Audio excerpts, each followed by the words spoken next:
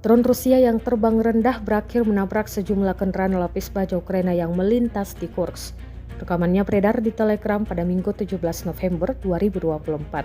Dalam keterangan unggahan disebutkan, inilah momen penghancuran kendaraan lapis baja angkatan bersenjata Ukraina di wilayah perbatasan Kursk. Drone peledak serat optik disebut terus menunjukkan efektivitas dan efisiensinya.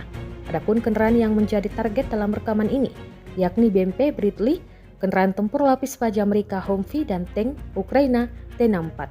Rekamannya pun kini telah menuai berbagai komentar dari warganet.